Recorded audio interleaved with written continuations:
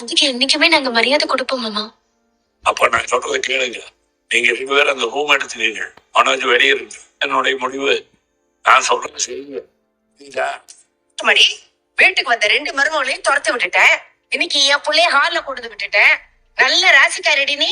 இன்னும் அடுத்து யார துரத்த போற? சரியான உண்மைதான். என்னடா ஏங்க சும்மா இருக்க மாட்டீங்களா? என்ன மீனா ஃப்ராடு அவனை ஏமாத்திட்டு போயிடுச்சு. ரவி விஷயத்துல அந்த ஹோட்டல் கூட பைத்தியமா இருக்குது. ரூம் விஷயத்துல அப்பா முடிவு எடுத்துருக்காரு. இவங்க மொத்தத்துல இன்னைக்கு ஓமேல போட்டுட்டு இருக்காங்க. விடுங்க. எனக்கு என்ன இது புதுசா என்ன? பேசுங்க பேசுங்க, எல்லாம் ஏன் நேரம். ஆனா ஒரு நாள் ஏன் நேரம் மாறும் போது ஓ நிலைமையே மாறும். இனிமே நான் வெளிலதான் இருக்கணுமா? வேற என்ன பண்றது? சொல்லிட்டு போயிட்டாரு. அவர் முடிவு நம்ம கேட்டுதானே ஆகணும்.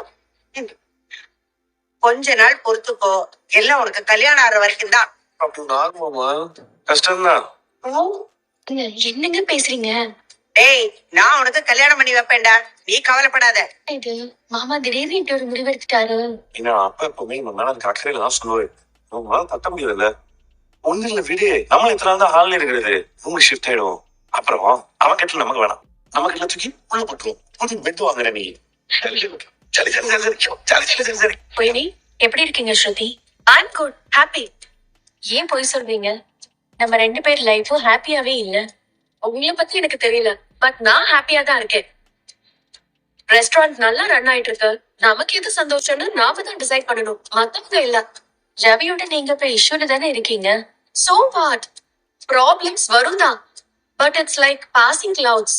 மேற்கு விலகுனா சன்ஷைன் தானா வரும். நானும் இருக்கேன். நானும் மனோஜும் சேருவோன்னு நானும் நம்புறேன். Good luck. உங்களுக்கு என் மேல ஏதாவது கோவம் இருக்கா? நான் ஏன் கோவப்படணும்? நீங்க என்ன என்னையா சீட் பண்ணீங்க? நீங்க செஞ்சது தப்பா ரைட்டானல நான் ஜட்ஜ் பண்ண விரும்பல. It's your life.